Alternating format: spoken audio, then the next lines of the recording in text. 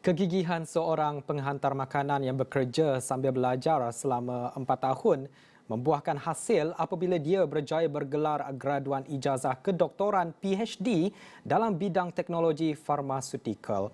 Walaupun mencari rezeki sebagai rider sepenuh masa, sejak bermulanya Perintah Kawalan Pergerakan, ia bukan penghalang bagi Muhammad Akmal Azhar, 36 tahun, untuk menyiapkan tesis pengajiannya.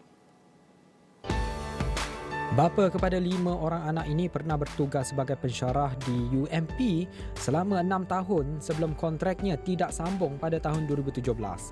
Muhammad Akmal kemudiannya menyambung pengajian ke peringkat PhD setelah UMP menawarkan pembiayaan selama 3 tahun bagi menyiapkan tesisnya. Namun, pada tahun keempat pengajian, beliau perlu mencari sumber pendapatan sendiri bagi membiayai pengajiannya itu. Muhammad Akmal mengakui bekerja sebagai penghantar makanan dan dalam masa yang sama menyiapkan tesis PhD adalah sangat mencapar. Dia menghabiskan masa antara 10 hingga 12 jam sehari menghantar pesanan pelanggan di sekitar Bandaraya Kuantan. Cabaran yang paling utama ni sebenarnya dari segi masa lah. Dari segi masa tu sebab bila kita dah, dia normal sebenarnya bila kita dah start kerja tu, memang dia jadi busy lah. Dan bila kita kerja, kita dapat duit. Bila dapat duit tu kita rasa macam baik aku kerja lagi kan. Jadi tapi kita dalam masa yang sama tu kita ada tanggungjawab sebab kita nak kena habiskan kita punya belajar gitu. Jadi kita kena bahagikan masa macam saya buat ni. Sebelum ni adalah waktu siang lah kita kerja kan. Sampai waktu malam tu kita kena spend lah masa, walaupun sebenarnya tak banyak pun masa, tapi kita buat setiap hari untuk writing.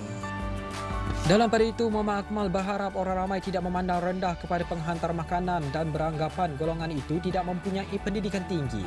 Ini kerana ada pelanggan bertanya kepadanya, kenapa memilih kerjaya penghantar makanan? Tambah Muhammad Akmal, pekerjaan itu banyak mengajar beliau cara berkomunikasi, memupuk sifat sabar dan kemahiran pengurusan masa. Kita jangan pandang rendah lah pada mereka yang penghantar makanan ni sebab kalau kita tengok sebenarnya geng-geng penghantar makanan ni, sahabat-sahabat saya tengok ramai je yang ada degree master pun ada. Ramai je sebenarnya, dan in fact yang kerja-kerja yang dia ramai yang buat kerja part time, yang kerja bagus-bagus pun ada. Background yang hebat-hebat pun ada sebenarnya.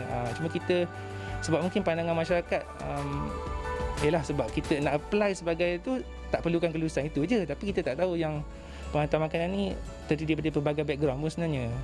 Dan kerja, asalkan kerja yang halal, alhamdulillah gitulah.